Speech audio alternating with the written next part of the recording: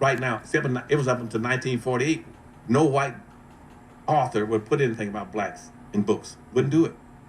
That's why when I examined all the books in the state of Florida, I said, you got to change this. That's why I got lawsuits right now, 1866 Indian treaties.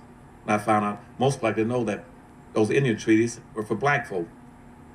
And even Obama, every year he was in office, he called 564 white Indian chiefs that come to the White House, give them everything they want. Is that why you use the term Native blacks as opposed to African Americans? That's right, Native blacks. Mm-hmm. And I want to help all blacks on the earth. But if you don't use the word Native blacks, you shoot yourself in the head. Gotcha.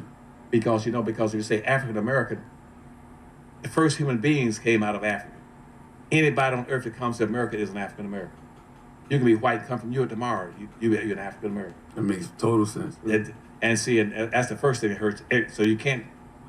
That's a very, very broad term. Who's an African American? Anybody can be an African American. Okay. Secondly, why is Native American important? Because this nation owes black folk. 98% of all the black people in America were here before 98% of all the other people ever arrived. Those native blacks, and the reason I say native because they took them out of Africa, they stripped them of their Africanness. They took away their names, everything, their culture, their history. Then they had a seasoning process for a slave. 3 months was to break him in to being a slave. That he could no longer be identified with African anything. That he was just black, period. But see, and so the government right now owes black people, native blacks. They don't know African. They don't know African anything. If you say you're an African American, white says, shoot, I don't know. We never enslaved in Africa. We enslaved some blacks. We got in here, but they weren't Africans. We stripped them of an Africanness. Mm-hmm. And the last thing, your blackness is your honor, your culture, your history. That's right. You know what I'm saying? Mm-hmm. It's your experience. That's right. And we had a very unique experience that makes us exceptional people. That's why I say it's a privilege to be black. That's right. It's an honor to be in this melody. That's right.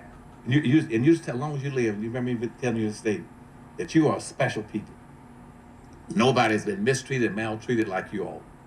Now, any immigrant came to this country has never been subjected to what 460 years of black folk are subjected to. Don't say you.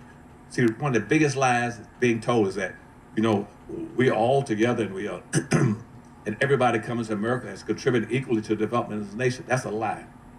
Black folk were the ones with the economic engines that drove the development of this nation.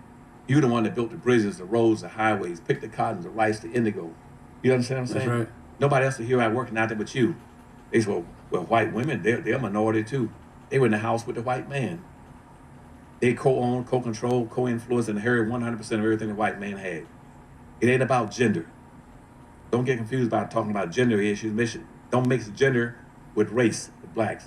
A race is a contest between the white man and the black man. Period.